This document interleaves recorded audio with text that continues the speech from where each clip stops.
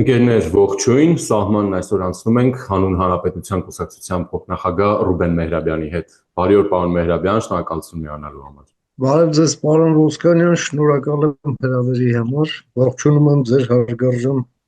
լսարանին ևս։ Պարոն Մեհրաբյան, վերջին շրջանում Ռոբերտ Քոչարյանի կողմնակիցները խորհրդանում իր ֆրակցիայի ներկայացուցիչները Հանրապետական կուսակցության ներկայացուցիչները, այդ կուսակցության անդամ եւ նաեւ այլ կուսակցության ներկայացուցիչներ, որոնք դաշինքով ներկայացնում են, այսպես ասենք, ընդհանրացված հանրապետականին, սկսել են կենցաղային բառերով ասած իրար միս ուտել, անգամ ինչ որ կոմպրոմատների մասին մեկը մյուսին ակնարկել, այն համատեքստում, թե ով է բերել Փաշինյանին 2018-ին իշխանության, ուրեմն քոչարյանականները մեղադրում են, որ թուլակամ հանրապետական իշխանությունը հանձնեց իշխանությունը Նիկոլ Փաշինյանին, հանրապետական падգամավորները պաշտպանվում են, ասելով, որ Սերժ Սարգսյանը այն առաջնորդն է, որը չէր կարող արյուն հեղել Հայաստանի Հանրապետության քաղաքացիների հանուն իշխանության եւ նրա բոլոր գործողությունները վկայում են այն մասին, որ իշխանությունը ինքնանպատակ չի եղել, այլ Սերժ Սարգսյանը գործել է բացառապես ներքին ու մեր արտաքին սահմանների անվտանգության եւ Հայաստանի եւ Արցախի անվտանգության տրամաբանության մեջ, հա։ Նախ հիմա հասկանանք, թե ինչու այս նախընտրական տարում այս երկու ուժերը սկսեցին միմյանց վրա ցեխ շպրտել եւ դրանով իսկ եւս մեկ անգամ ցույց տալ, որ իրենք բավականին հարմար ընդդիմություն են իշխանության համար։ Նախ իմ տպավորությամբ այս ամեն ինչի արմատները գալիս են 2008-ից, երբ տեղի ունեցած այդ հանցագործությունը, որը տեղի ունեցավ Ռոբերտ Քոչարյանի անփառունակ կառավարման վերջում, բայց դրանով իսկ նաև անփառունակ ձևով սկզբնավորեց Սերժ Սարգսյանի իշխանությունը։ Ըստ էության այդ արյունը ուղղակի քսելով նաև իր իշխանության վրա։ Իր դա չի ներում։ Այո, դա կարող է անցնել ինչ-որ լատենտ փուլ, բայց ինչ-ինչ հանգամանքների բերումով, որը առանձնապես էական էլ չեն, թե ինչ հանգամանքներ, բայց դուրս են գալիս ջրի երես։ Իսկ ինչ վերաբերվում է այդ երկու թիմերի այդ գզվռտոցին, ես երկու թիմերին էլ երկրպագում եմ եւ երկուսին էլ հաղթանակ եմ մաղթում միմյանց նկատմամբ, բարի երթ երկու այսպես թիմերին, ավելացնելու բան չունեմ այստեղ։ Բացի դրանից էլ այո կան նաև շահեր, դա ինչ ասեմ, մեկը իրենց մոտ նաև տարբեր հեռախոսահամարներից են Մոսկվայից զանգում, դա էլ ոնց որ այն 12 աթոռի մեջ, չէ, ոնց էր, չէ, այդ կոնկուրենտ ֆիրմա է, էլի, մյուսն էլ, էլի, այդ նույն աթոռի հետևից վազելով, այո, կարող են իրար նաև քացով խփել։ Իսկ ինչու առաջացավ անհրաժեշտություն, որ վարչապետը արձագանքի այդ խոսակցություններին, նրանց անվանի Այս սա արդեն այլ հարց է։ Այստեղ ես ուղղակի կապ եմ տեսնում այդ նախընտրական կոնյունկտուրայի հետ, դա պայմանավորված է Գյումրիում եւ Փառաքարում այդ համայնքների ավագանի ընտրությունների հետ եւ այո քաղաքացիական պայմանագիրը եւ նրա առաջնորդը այո ըստ այդմ դիրքավորվում են կամ փորձում են դիրքավորվել իրենց տեսակետից շահեկան դիրքերից, ինչը ես կարծում եմ ճիշտ դիրքորոշում չէ։ Ինչի համար, որովհետև այնինչ ասում է Փաշինյանը, ճիշտ է ասում։ Բայց երբ որ այդ նույն ճիշտ բանը, որ ասում ես, որը հետևանք է ենթադրում, բայց այդ հետևանքը չկա 7 տարի շարունակ եւ հետո նույն բանն ասում ես 7 տարի անց, Առաջի անգամ ասելուց հետո ժամանակ հարցեր են առաջանում։ Եվ այդ հարցերը տրվում են եւ տրվելու են։ Ի վերջո, դու նրանց անվանում ես ուզուրպատոր, հա, իշխանության բռնազավթող։ Բացեք քրեական օրենսգիրքը, դա հանցագործություն է։ Դու նրանց անվանում ես ընտրակեղծարար։ Մի հատ էլ բացեք քրեական օրենսգիրքը,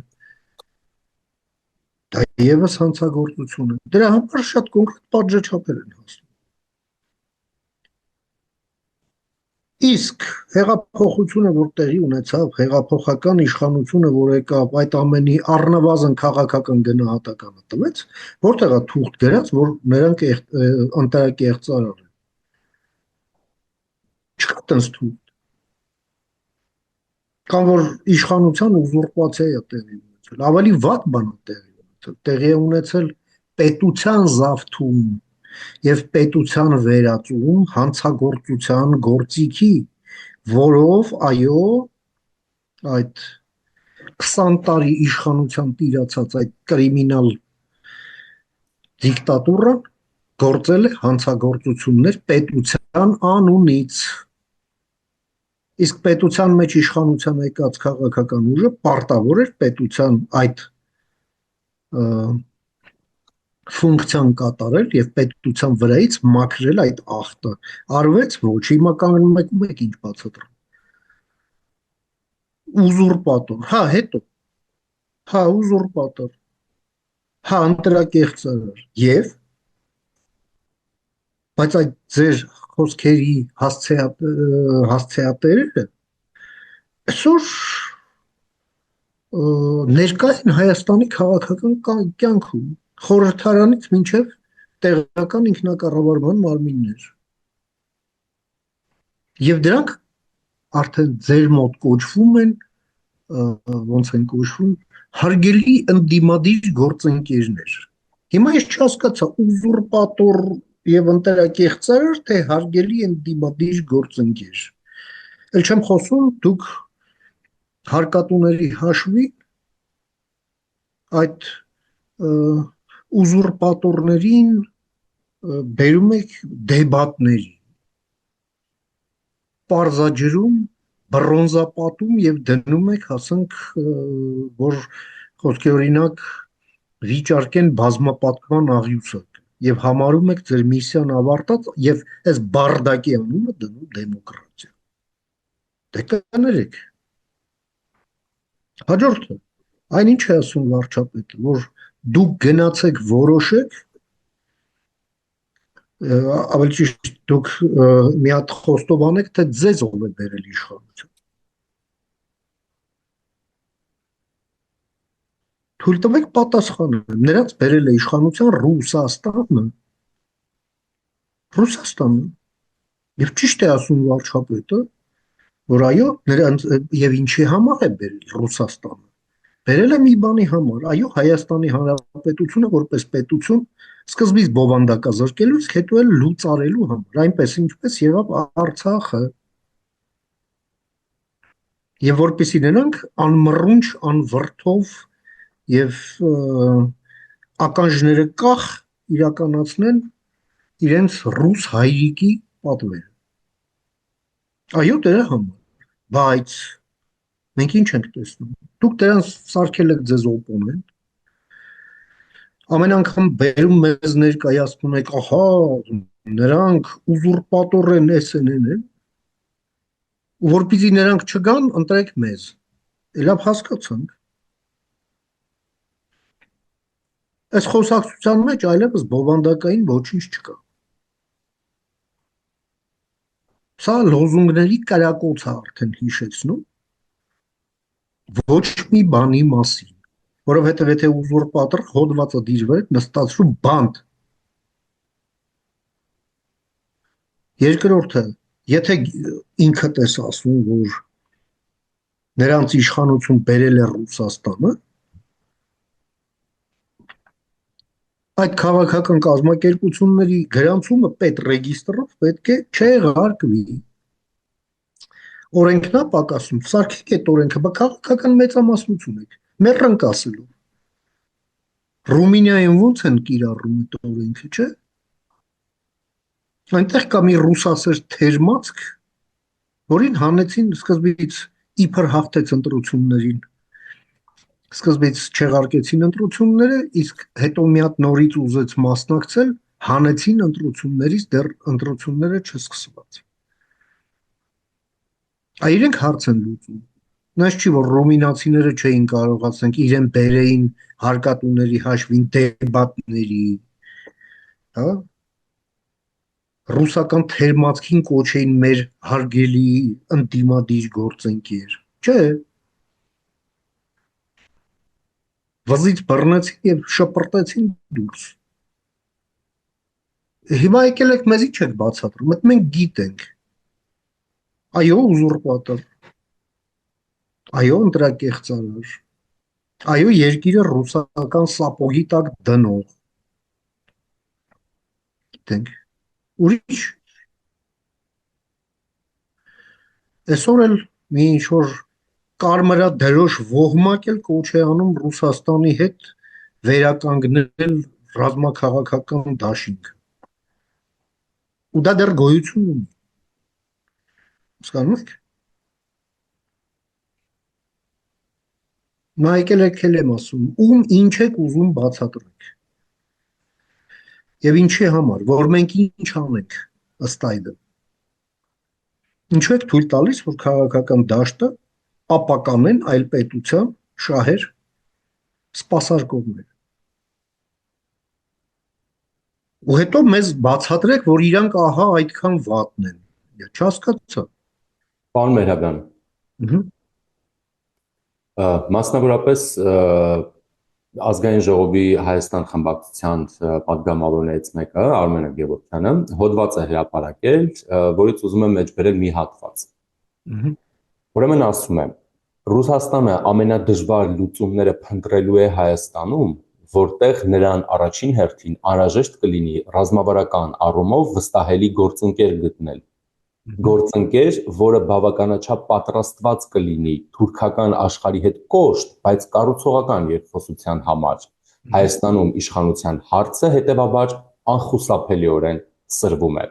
Սա Ռուսաստանին նաև համապետական ընտրություններում ներքաշելու, նրա մասնակցությունը ապահովելու փորձ է արդյոք մեկ, երկրորդ, Հայաստանը ըստ այս ֆրակցիայի, նաև այս պատգամավորի պետք է ուր ղեկավարի օգնությամբ նաև Ռուսաստանին թիկունքում ունենալով կարողանա թուրքական աշխարհի հետ կոշտ, բայց կառուցողական բանակցություններ վարել։ Դե գիտեք ինչ, սա մի քրոնիկական հիվանդություն է, որը գալիս է դեռ 19-րդ դարի կեսերից, երբ ծագեց մի հարց, որը կոչվեց հայկական հարց։ Եվ այս խոսակցությունները գալիս են այդ ժամանակներից։ Նայեք 19-րդ դարի հայկական հրապարակախոսություն։ Այդ բաները գալիս են մինչև հիմա եւ այո,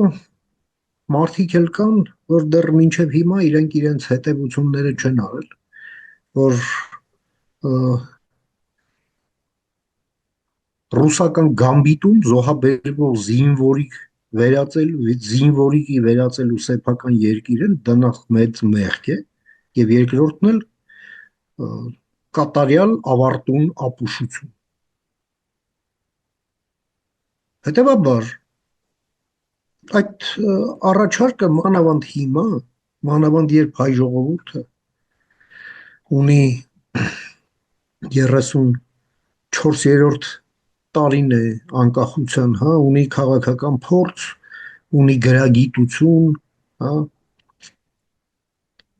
այս ինֆորմացիոն եւ հեռահաղորդակցային հեղափոխության լուսավոր դարում, հա,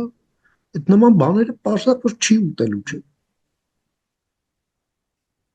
Ռուսաստանն էլ ինչ գործընկեր է ուզում գտնի ստեղ։ Թող Ռուսաստանը գնա գործընկեր Լենինի դամբարանում գտնի։ Այնա մեկը այնտեղ պարկած է, թող հետը գործընկերություն անի։ Ուրիշ գործընկեր Ռուսաստանը Հայաստանում չունի եւ չի կարող ունենալ։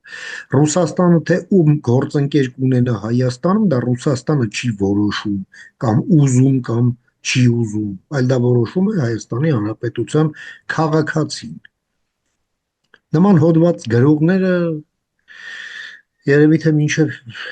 վերջ չեն հասկացել այդ պարզ ճշմարտությունը։ Լավ, այնուամենայնիվ համապետական արդեն ընտրություններին, այսպես ասենք, նախորդող նույն Գյումրիի հանրապետության երկրորդ քաղաքի ընտրությունները որոշակիորեն, այսպես ասած, լինելու են չափելի ցուցիչ, թե ինչպիսի պատկեր կարող է լինել արդեն մի տարի հետո։ Դժվար է ասել, բայց Գյումրիում ընտրությունները հավակնում են լինել այդպիսին, այո։ Այո, դա այդպես է։ Եվ քաղաքական ուժերը մեծ կարև ովքեր մասնակցում են այս ընտրություններին, այո, մեծ նշանակություն են տալիս դրան հենց այդ տրամաբանության մեջ, ինչը բնական է, որովհետև համապետական ընտրություններին մնում է տարի 3 ամիս։ Եվ ընդհանրապես Հայաստանում տեսնում եք ցանկացած ներքաղաքական շարժ կամա թե ակամա իր մեջ արդեն կրում է նախընտրական տրամաբանություն։ Իսկ ռուսական ներկայություն լինելու է այդ։ Ռուսական ներկայությունը Հայաստանում շարունակվում է եւ դա գաղտնիք չէ։ Շարունակվում է իրենց ազդեցության, առնվազն ազդեցության գործակալների ակտիվ ներգրավմամբ մամուլում, քաղաքականության մեջ, տնտեսության մեջ եւ պետությունը թվում է թե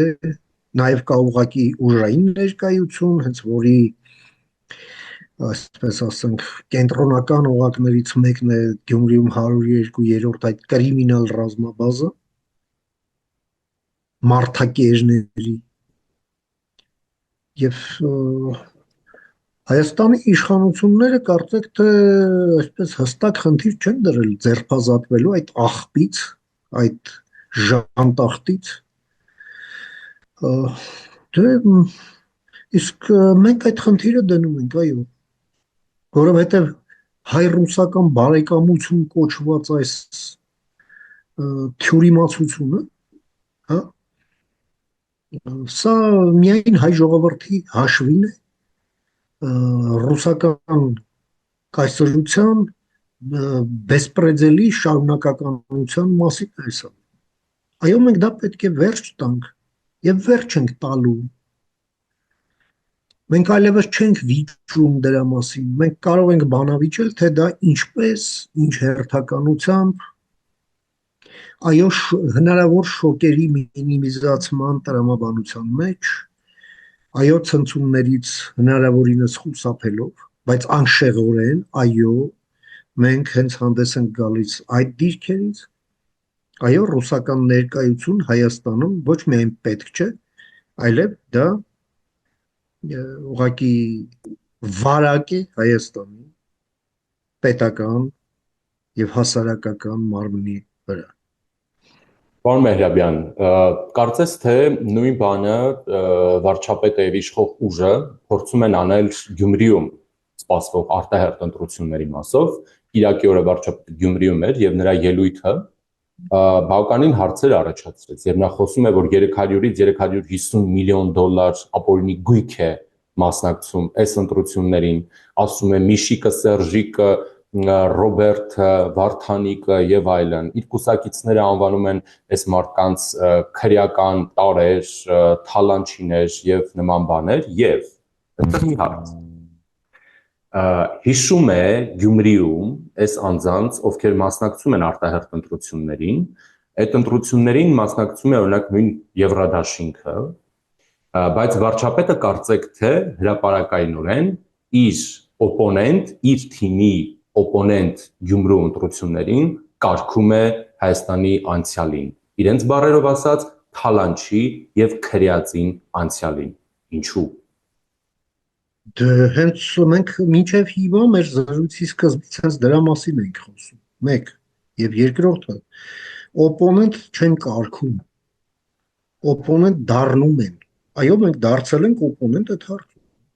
որովհետեւ մեզ հետաքրքիր չի ով է գող, կատու կամ քյաչալ շուն։ Ու երբ որ այդ որակումներից հետո որևէ հետևանք չի լինում։ Ու մանավանդ երբ այդ որակումները իրենց մեջ հանցակազմ են պարունակում, իսկ հանցագործությունը պետք է լինի պատժելի, անխուսափելիորեն։ Իսկ եթե դա տեղի չի ունենում, ապա սա խոսակցություն է ոչ մի բանի մասին։ Եվ երկրորդը, այո, մենք հենց մասնակցում ենք Եվրադաշինքով այս ընտրություններին, որպեսզի Գյումրին դառնա մի քաղաք, որը կառավարվում է հենվելով եվրոպական ստանդարտների եւ եվրոպական պրակտիկաների վրա։ Իսկ ինչ վերաբերվում է արդեն այն տարերին, ովքեր եկել են մխտռելու ընտրությունները, այդ տարերի հետ հարցը իրավական է եւ չի կարող դառնալ ընտրարշավի ժամանակ քննարկման առարկա, իմաստ չունի որովհետեւ։ Իմաստ չունի։ Եվ պարոն վարչապետը կարծում եմ այս բաները պետք է հաշվի առնել։ Մեկ եւ երկրորդը մենք ունենք այնտեղ գործող իշխանություն եւ այո 18 թվականից հետո Գյումրի մտել է այնքան փող, ինչքան չի եղել ոչ մի իշխանության օրոք։ Եվ այո, սա Հայաստանի կառավարության, այսպես ասենք, այն դրականն է, որը չի կարելի շղթել նաև։ Սակայն այդ ամենի տակ բացակայում է ռազմավարական տեսլականը։ Ռազմավարական տեսլականը բացակայում է։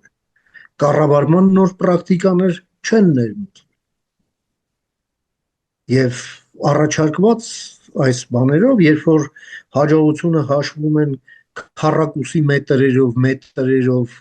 կիլոգրամներով, չգիտեմ էլ ինչերով, դա չի չափանիշ։ Դրանք որակական չափանիշներ չեն։ Մեկ եւ երկրորդը, տեղական, եկեք մեկը միշտ ֆիքսենք, տեղական ինքնակառավարման մարմինների ընտրությունները եւս քաղաքական են, սա քաղաքականություն է, որովհետեւ խոսք է գնում բյուջեի բաշխման մասին։ Բյուջեի բաշխում ըստ առաջնահերթությունների։ Որն են առաջնահերթությունները։ Ահա դա քաղաքականություն է։ Այլ ոչ թե տեղական ինքնակառավարումը դա երկելու մասին է, քաղաքացիներին ծաղիկ բաժանելու մասին է, կամ, չգիտեմ, գազոն խուզելու կամ ասֆալտ փռելու մասին է։ Այո, արդյունքում, այո, գազոնները պետք է խուզվեն, ասֆալտն էլ փռվի։ Արդյունքում, այո, բայց այդ ամենի հետևում պետք է լինի կառավարման համակարգ։ Պետք է լինի եվրոպական ստանդարտներով գործող տրանսպորտային համակարգ։ Պետք է այդ փողոցային շների հարց լուծվի ի վերջո։ Հանրապետության երկրորդ քաղաքն է։ Աղբահանության եւ աղբի վերամշակման հարց լուծվի։ Այո, էկոլոգիական ստանդարտներ ներդրվեն։ Այո, երթևեկությունը կարգավորվի համաձայն միջազգային ստանդարտների եւ այլն։ Կոմունալ ծառայությունները իրենց աշխատանքը կատարեն ըստ այդմ։ Այո, մենք գալիս ենք այդ եվրոպական փորձը ներդնելու մեր սիրելի Գյումրիում։ Առայժմ Գյումրիում միայն։ Մենք հայտ ենք ներկայացրել ըստ այդմ։ Իսկ բնականաբար կրիմինալ տարրերը, նախկին իշխանության մնացուկները, նախկին իշխանության չէ, նախկին կրիմինալ դիկտատուրայի մնացուկները, ովքեր այո ունեցվածքային խնդիրներ ունեն համաձայն Հայաստանի օրենսդրության, նրանք անելիք չունեն քաղաքական կյանքում, ես սրա մասին բազմիցս եմ խոսել, թե ինչու, որովհետև Հայաստանի դեմ վարվող հիբրիդային պատերազմի մասի է վերածվում այս ամենը։ Իսկ եթե այդ պատերազմը տեղի է ունենում Հայաստանի հանրության դեմ, իսկ նրանք հակառակ կողմում են, ապա մենք հարց եմ տալիս հռետորական, ապա ինչ, սա իշխանության թողտվությամբ է արվում, ես չգիտեմ, բայց կներեք, կարող են հարցեր առաջանալ, որովհետև 7-րդ տարվա ընթացքում այս հարցերը դեռ չպետք է մնան անպատասխան, իսկ այդ տարրերը լինեն ձեր օպոնենտները, հա։ Լավ, ասենք այդ մարդիկ էին չկային, ուրեմն ձեր ընտրություններին մասնակցել էլ իմաստից զրկվում, հա, ճիշտ եմ հասկանում։ Ես չգիտեմ, բայց նայելով ձեր ելույթները ես ոնց որ միայն դա եմ հասկանում։ Թե, չգիտեմ, Պողոսը ինչքան վատ մարդ է, հա, հասկացանք։ Նորություն։ Պետրոսը ինչ վատ մարդ է, չգիտեմ, Մարտիրոսը ընդհանրապես մարդ չի, լավ հասկացանք, ուրիշ դրանով քաղաքը կառավարվում։ Մենք ունենք կառավարման խնդիր այսօր, կառավարման որակի խնդիր։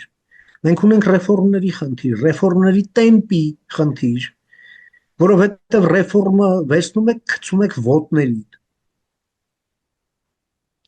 Ոչ այս կողմն եք, ոչ այն կողմը։ Մարդ ձեզ լսում, բան չի հասկանում։ Դուք ինչ եք ուզում։ Այնպեսի տպավորություն է, որ եւ ես չգիտեմ դու ինչ ես, երբ դու չգիտես դու ինչ ես ուզում, ես ինչ իմանամ դու ինչ ես ուզում, հա, մոտավորապես։ Եվ այլն։ Հետո վերջում էլ արդյունքները քառակուսի մետր։ Դե լավ էլի։ Պարոն Մեհրաբյան, երբ իշխանությունը օրինակ նույն Գյումրիում, հա, էլի նախկին ներկա այս տրամաբանությամբ է փորձում զարգացնել քաղաքական, գաղափարական, այսպես ասենք, բանավեճը, եթե կարելի է դրան այդպես իհարկե որակել, հակառակ կողմը ընդունում է դա եւ իշխանությանը օրինակ մեղադրում թրքահապատակ լինելու, իրենց նպատակը համարում, որ իդեպ տարբեր ուժերի ներկայացուցիչներ իրենց նպատակը համարում, որ այս թուրք իշխանությանը պետք է հեռացնել, այս իշխանությունն էլ ասում է դուք թալանչի եւ քրեածին տարեր եք եւ այլն, ո՞նց է կառուցվելու, ինչպես է կառուցվելու քաղաքական գաղափարական բանավեճը։ Այդ ձեր ասածը Գյումրին ժամանակակից մոտեցումներով, լուծումներով, պատկերացումներով, ծրագրերով, տեխնոլոգիաներով, մեթոդաբանությամբ, ժամանակակից քաղաքի կոնցեպտը որտեղ է քննարկվելու, որտեղ է դառնալու քաղաքականություն, ծրագիր, ում հետ է բանալու։ Վախենամ ձեր հարցը հռետորական է, որովհետև իր մեջ նաև պարունակում է այդ հարցի պատասխանը, որ այդ տեղը ոնց որ թե տեղ չի մնում դրան, եթե խոսակցությունը գնա սրա մասին։ Էլի կրկնեմ, եթե թալանչի է, եթե կրիմինալ է, եթե ուզուրպատոր է, եթե ընտրակեղծարար է, եթե վրան էլ 350 միլիոն դոլարի գույքի հարց կա, վերցրեք բռնագրավեք այդ գույքը մեկ, պետռեգիստրով փակեք այդ քաղաքական ուժերը, հանեք այդ տեխնացուներին ընտրություններից եւ հարցը վերջանա, եկել ումից չեք ուզում։ Դա ես կարող եմ ասել, էսով է, էնով է, էս սենսն է, էն նենսն է, որովհետեւ իմ ձեռքում կնիք չկա, որովհետեւ ես քաղաքական մեծամասնություն պարլամենտում չունեմ, որ համապատասխան օրենք ընդունեմ։ Ինչպես դասականն էր ասում, չաքուժն էլ է ձեր ձեռը, մեղն էլ նալն էլ։ Նալը դրեք, նալեք։ Ոնց, դե ոնց ուզում եք։ Բայց դուք մի արեք այն, ինչ որ ես պետք է անեմ։ Ես պետք է բողոքեմ, գանգատվեմ, ասեմ սա ով է, նա ով է, հարցեր տամ։ Շնորհակալ եմ, պարոն Մեհրաբյան։ Համեցեք։ Զրուցակիցս Հանուն Հանրապետության կուսակցության փոխնախագահ Ռուբեն Մեհրաբյանն էր։